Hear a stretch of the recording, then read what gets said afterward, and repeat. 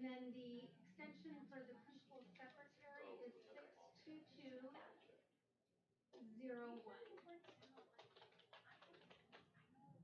Oh, sure. Thank you so much. Have a good day. Bye. Cecil plus. No. There we go.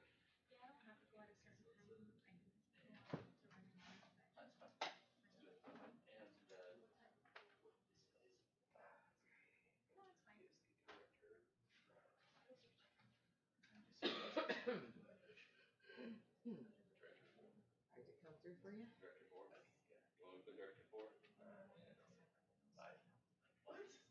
For, Sosa? oh no, I thought you were talking about the new hires. Yeah, he's a four. Are you still wearing education assistant? It's gonna be too long.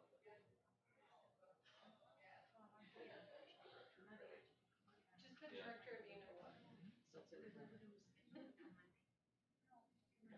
Honestly, it will overcut. What school? So, That is not part of our district. and then we'll go. Yeah, let me look on the school is in Haruka Unified. So do you want to call the school or the district? Why are we not responding video?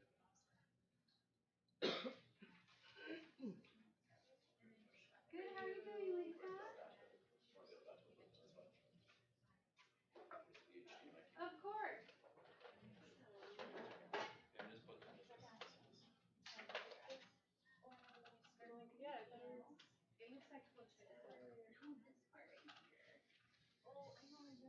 And it may have, he may have just called you. So I just got a call from, he only gave his first name Steven. He was calling about, vaping in the bathrooms and, okay. So have you spoken to Okay, great, because I mentioned to him that he either have one of the APs or, Mr. West to give him a call.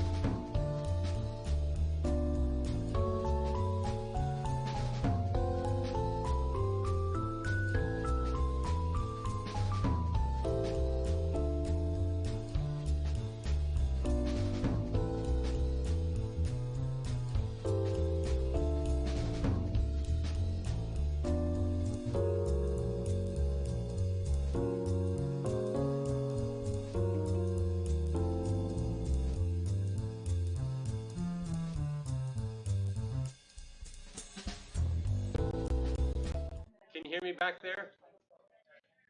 It has been a long time, hasn't it? It's been a really long time since we've had a circle meeting, so thank you for your flexibility. Summer months are just always a little bit different, and but we're back up and we're having a normal business meeting the first week of the month, and then we have the study session the third week, except for this month. The study session was canceled. So anyway, it's good to see you. How about we do this?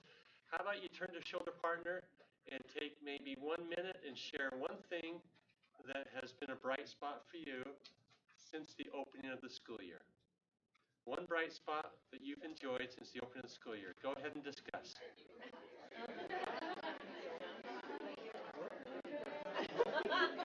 Can't say. You can choose.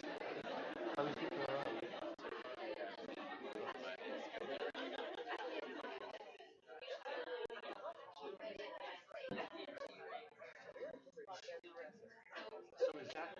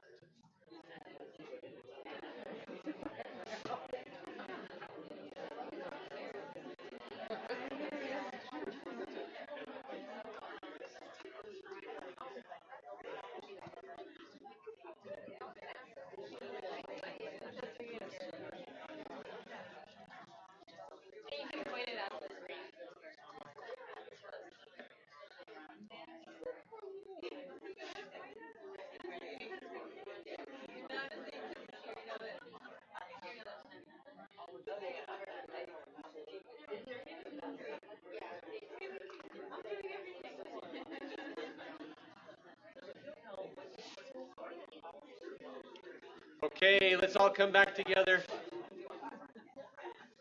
Any brave souls who'd like to share what you discussed with your shoulder partner about?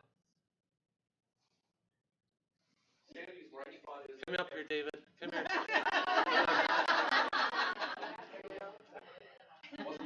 They need it.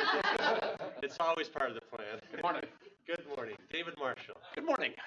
Sandy Perry's bright spot was that everybody's back after summer, and she's just so excited to see everybody back. Oh, that's wonderful. That is so Sandy. Good job. That's about it. That is great. Thank you, David. One more volunteer.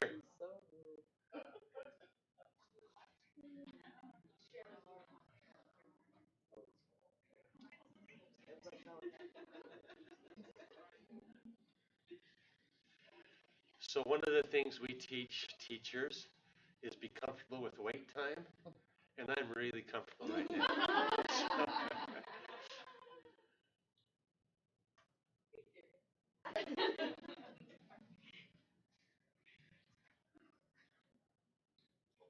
Come on, one more volunteer to share a bright spot.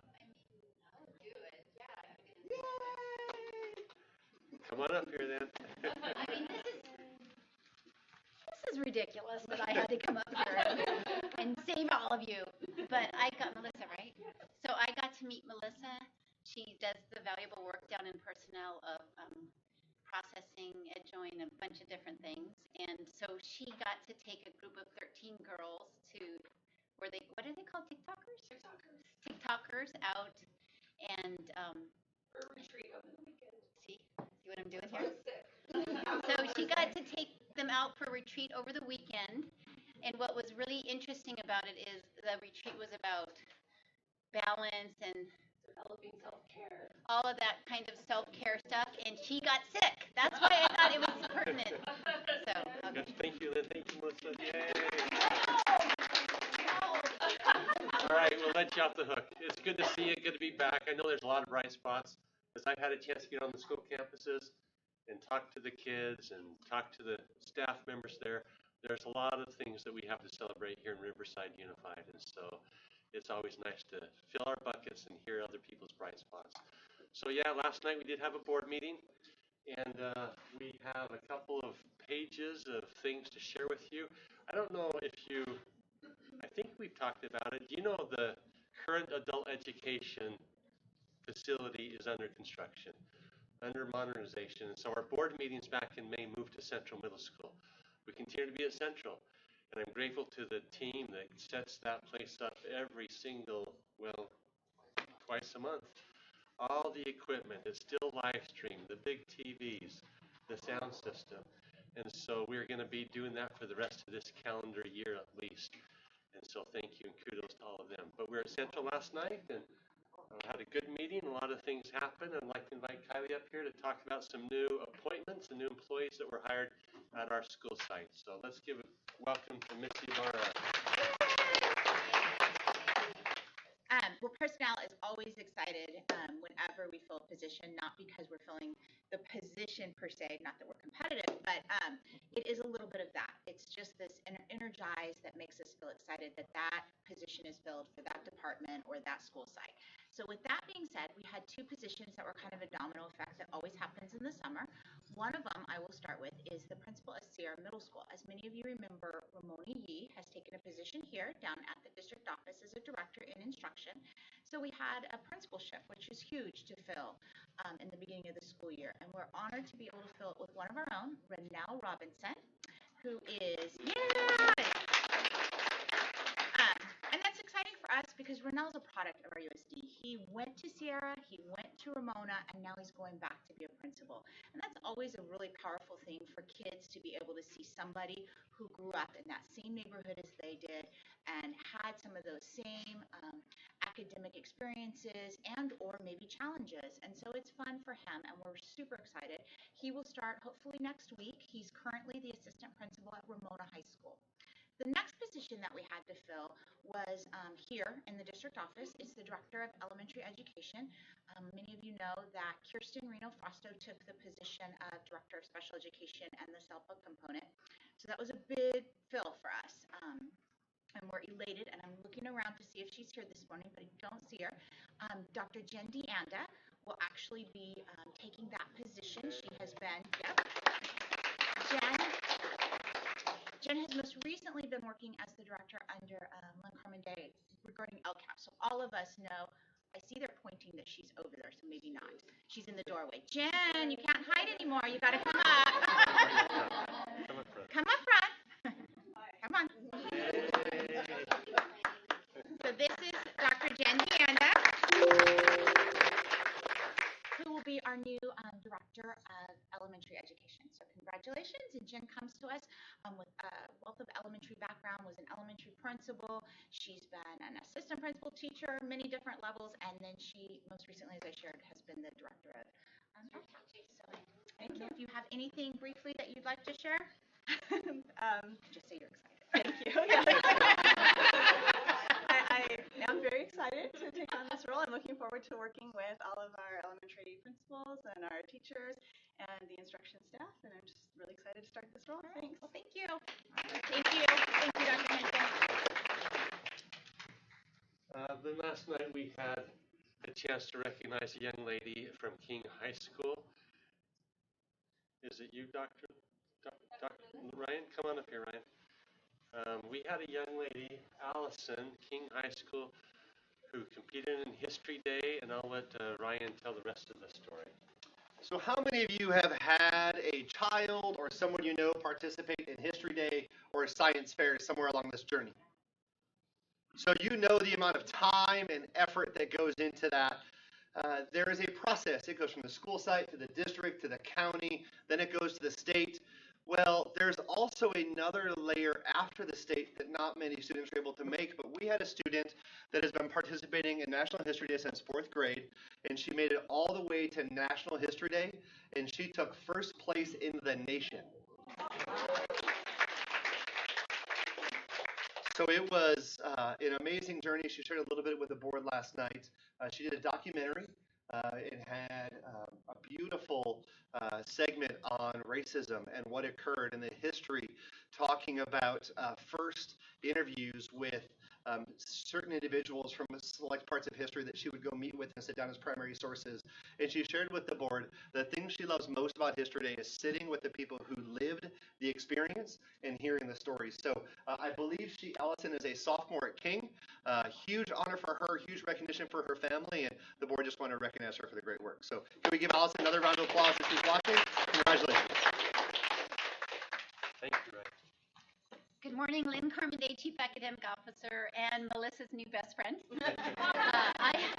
I had the opportunity to introduce 3 of our schools as we open up the school year. We traditionally have highlighted a school from each grade span. So we did that for Beatty, Gage, and North. The principals came up and highlighted their opening.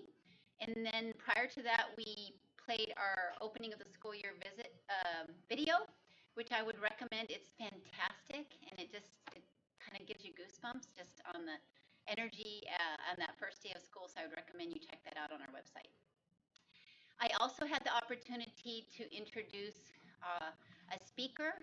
We are celebrating Hispanic Heritage Month, and we had one of the most remarkable speakers come, Judge Raquel Marquez, and she is, listen to this, she was the first Latina prosecutor in our county. She prosecuted over 1,100 criminal cases, which is why she asked me if law enforcement was in the building, by the way. And I was like, well, and I just never thought of that. So that's interesting because she's always got that, on her mind. And then in 2011, Governor Jerry Brown appointed her and she was our very first Latina Supreme Court judge in our county, if you can believe that. Then she has been provided a supervisory role, and she oversees 22 courts, very first Latina doing that, and the very only Latina who is on the committee up at the state level who appoints judges, judicial appointments. So isn't that amazing? So she spoke to us. She gave us several principles, one of which was working hard and how crucial that is to work hard. She talked about how our heritage impacts our story and our future, and that anything is possible for every individual. And then she capped it off with this idea of how humility should drive great leadership and great contributions to this world. So it was fantastic, and I have to admit it. I left the boardroom with her as she departed so I could spend more time with her. So it's been really nice getting to know her, and she did a great job as a representative of someone who we should pay tribute to in this month from September 15th to October 15th as we do that nationally. Thank you.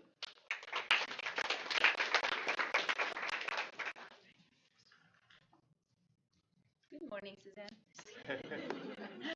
Good morning, everyone.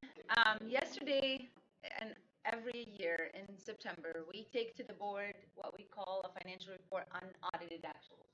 The reason we call it unaudited, it means that the staff have wrapped up the financials, but they don't really become final until the auditors come in and gave their opinion on it, whether it's the financial statements with no adjustments and no findings. So we will await a fall season of auditors coming in to make sure that our numbers are what we have reported to the board. So they continue to stay unaudited until January. But the numbers were final, and they were compared yesterday with the estimated. Back in June, when we adopted the budget, we had to estimate what would we end up the year with in order for us to start the budget for next year. So we had presented a set of numbers to the board and then built the budget based on that. So yesterday we compared both. We had additional approximately a little over $2 million in revenue that we received than what we've projected, and it was due to lottery money that we received specifically for instructional materials that we had underestimated that number, and we've received some Medi-Cal activities dollars, the mall dollars, that if you've heard about the mall activities. So we received those additional revenue. We also spend less in expenditures. So our budget is $500 million, $500 million, right? So we've projected about 501 in revenue. We received 503, and we had anticipated to spend about 500 million in expenditures, and we ended up spending about $1 million less. So with the difference in both, our ending fund balance will probably have 3 million more than what we've anticipated. So instead of 65 million ending fund balance, we're going to have 68 million, which will help actually just be adjusted for this year. What happens to the dollars that we've received, because they are targeted to specific places, they will go back and be budgeted in that area. So if it's the lottery, it'd be budgeted in the instructional materials adoptions, and we will go through those this year. So it really doesn't affect the 5-year plan that we've built. It just gets adjusted for having to spend the dollars that we've received. So in 5 years, we have put a plan where we continue to stay solvent. We continue to meet our new policy of a 4% reserve that we've adopted last year, which is keeping $20 million in the fund balance untouched, and that is for economic uncertainties. And so out of the 65 million right now, we have 10 million because our policy said 2%, which is what's required by law. For this year, we're thinking of our projections will be around 33 million, and out of that, 20 million will be targeted for the reserve untouched and reserve for economic uncertainties. Just a reminder to everybody, what we did with the reserve policy gives us an opportunity to make sure that we have 2 weeks of payroll in the bank. So if there is any deferred revenue from the state or any delay in any revenue that we are anticipating from any other source, state or federal, we'll be able to mitigate that by borrowing money to make sure we do payroll within 2 weeks. And so that the only thing that did is added it from 1 week of payroll to 2 weeks of payroll. It would be nice to one day have a full month of payroll, but we're going to continue to monitor and make sure that we stay balanced so we don't have to dip into the reserve anyway. So any questions about financial statements or the report or anything else that you have related to business overall? No? Okay.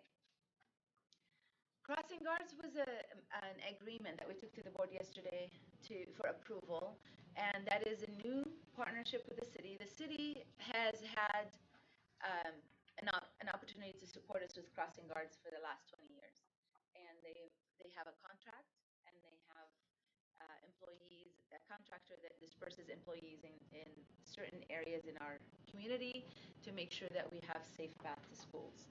And the city's financial condition is also in hardship.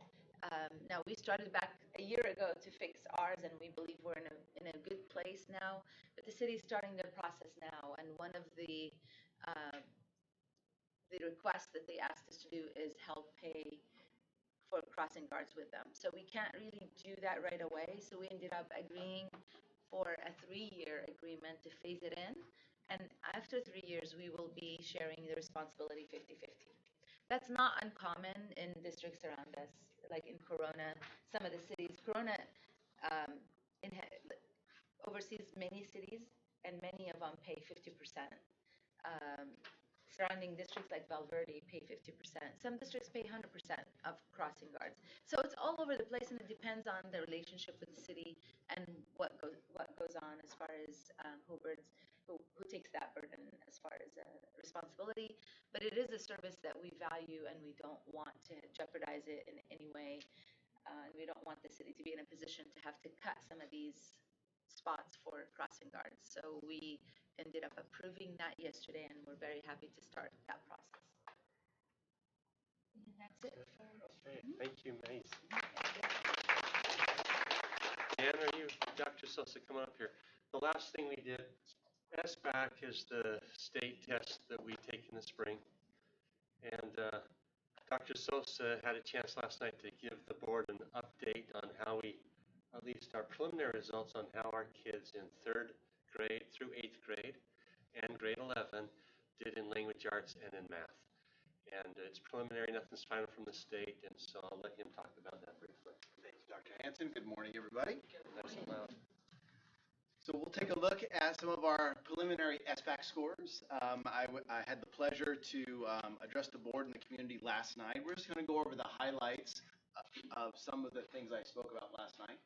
So some bright spots. We'll begin with some bright spots. I am very pleased to say that the hard work in the system has definitely paid off, and we anticipate that our preliminary numbers share with us that we will have overall growth in both ELA, which is English Language Arts, and mathematics for the entire district for the last year testing cycle. So that's a big round of applause. Really happy about that. 6 out of 7 of our grade levels test, as Dr. Hansen was mentioning, we test in grades 3 through 8 and 11 in high school. 6 out of the 7 grade levels, we anticipate having growth in both English Language Arts and mathematics. It's the first time that that's happened in a long while. We're proud of that. When we look at our student groups, we also see that 10 out of our 11 student groups, we're a very big district, so we have a lot of student groups to be held accountable for. We'll see growth in English Language Arts, and 7 out of 11 groups will see growth in mathematics. So we're pleased about that. So when we tend to look at data, we look at data over time. A good friend of mine sometimes shares this analogy that looking at achievement data is a little bit like looking at the stock market. Sometimes you have big spikes and sometimes you go down, but over time, generally, business increases. Well, academics is a little bit like that as well.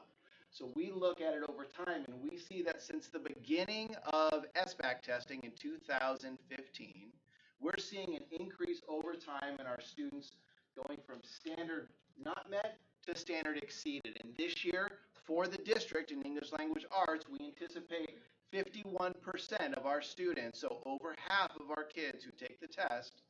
By the way, we test 22,000 students here every single year. Half of those kiddos, more than half, are going to be standard exceeded or standard met. So we're really pleased about that. One additional piece that I shared with the board last night is you see that kiddos are moving up in the system. In other words, students who were formerly here, they're now here and so forth. We can see that because the percentages are different. That is really critical because we know that students grow at different rates, right? We were all students at one time. Some of us caught things really quickly. Other of us took a little bit longer. Students are the exact same way we were.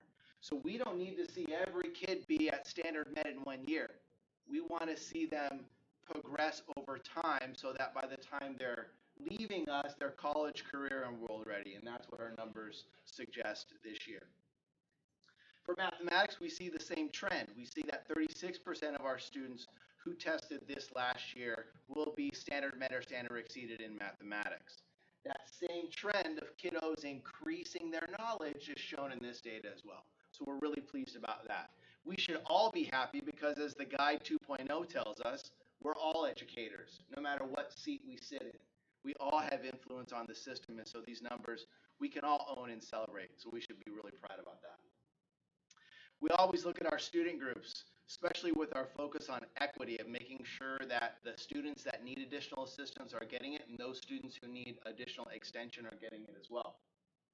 So when we look at the growth of our students over the last year, we see that in English Language Arts, 10 out of 11 of our student groups will show substantial increases from the last year.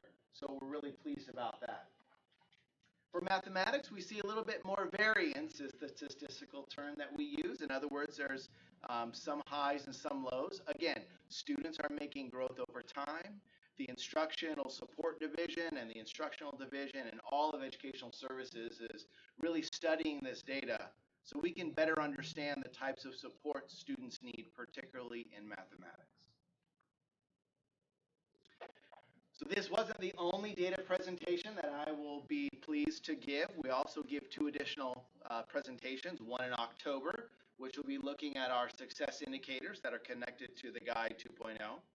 Then in December, we will come with our annual dashboard accountability report for the board and the community. This is one of the most important slides I think we have up here. There was lots of numbers, and of course I'm a number geek, so that speaks to me.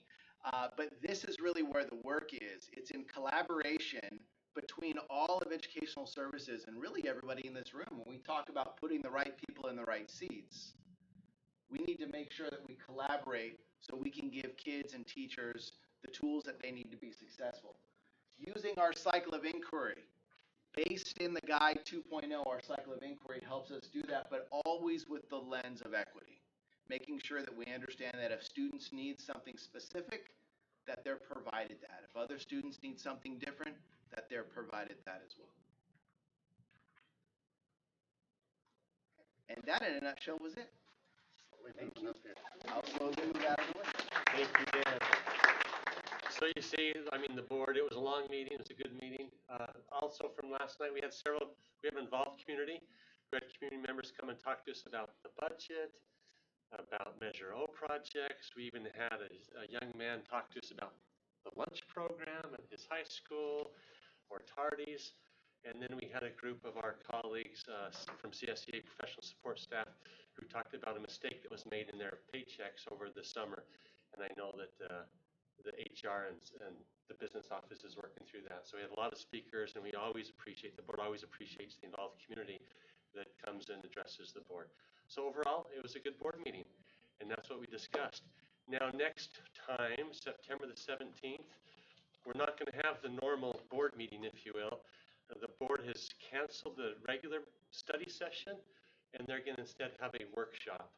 A workshop is much smaller, it's not live streamed, and we have an organization come in that's going to teach the board about cultural proficiency, about creating inclusive environments, show some of the training that some of our school sites administrators are all going through this year.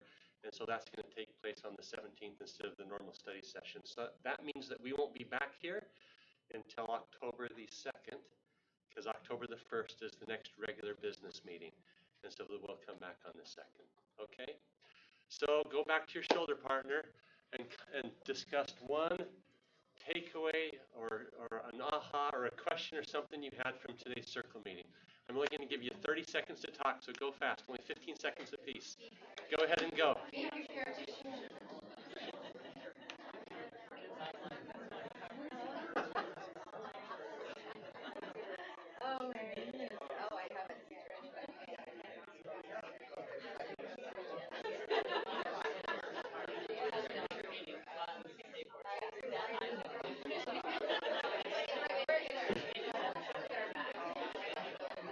Okay, that's been 30 seconds already. Any questions before we wrap up? Any questions that you'd like to ask while you have our attention for the good of the group? I won't call you up here, don't worry about it. Questions, comments? Are we good? All right, it's nice to see everybody. Have a great day. We'll see you on October the 2nd.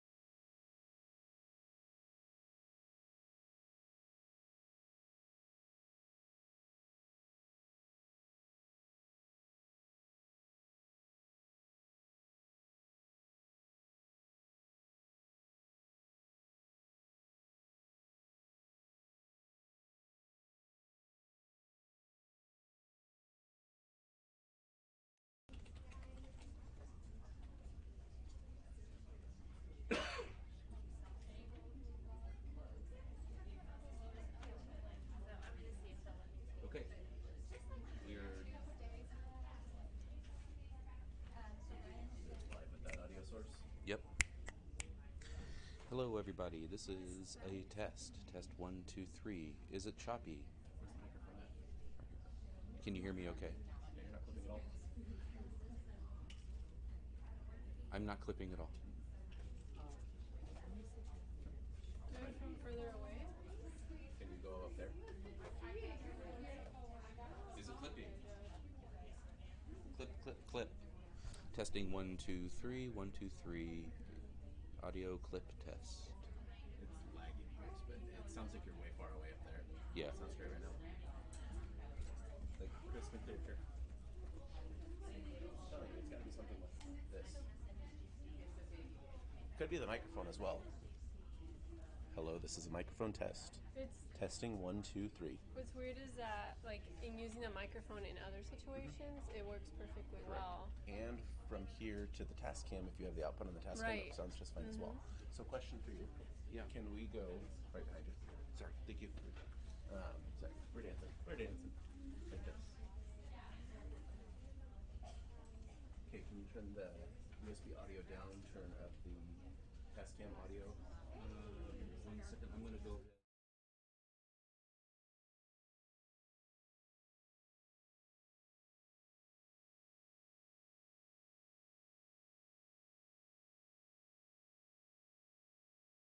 Different tables, and I said we need answers because I want us to be upfront with everything that's going on in the community.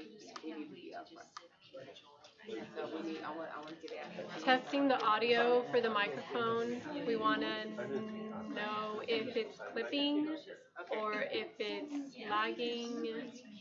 Is the audio fine? What if it costs for an ad, you know, like the information for the ad, that way you can share it. It picks up a lot more background noise and stuff like that, but testing the audio because the audio was choppy during the live stream. Testing 1, 2 audio test. 1, 2 test test audio audio. So like this.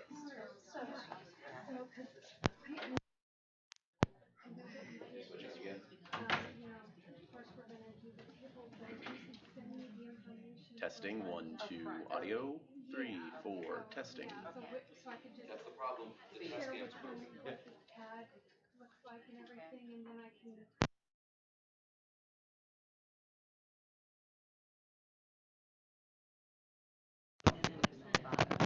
And then I would just say borrow the big name and then shine.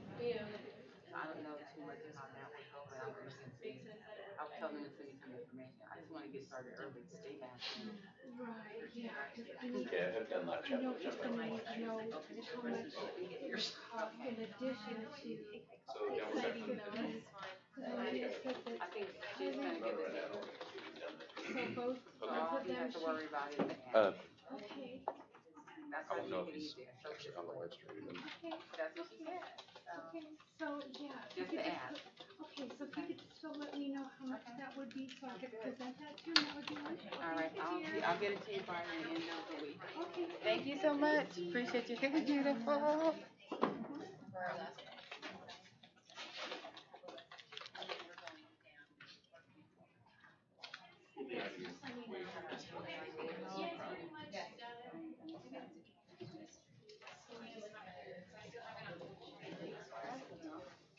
Testing audio for Dunlap. Dunlap, can you hear me loud and clear? Testing 1, 2, 1, 2. Hi, thank you. Thank you. Hi. Congratulations, Jen. Yes, congratulations. Can you turn up the volume a little bit? Volume up. Oh, the, Turning up the volume. Turn it up to 10. Loud and clear. Welcome, by the way. Testing, testing. the clipping. Okay. This is microphone. I mean headphones. It's at 10.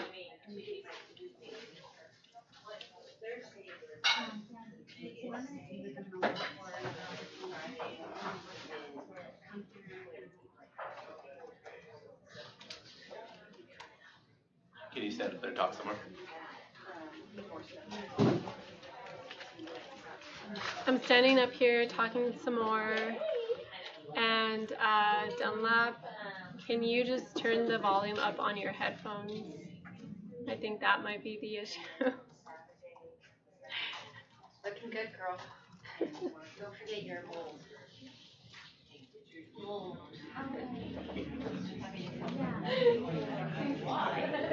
Now let's switch it back real quick so you can see. Okay, Dunlap, we're switching it back to the other way that it was. Okay. Hey Dunlap, this is with the line audio out on the task cam. We think that our voice should be clipping. It's working fine now.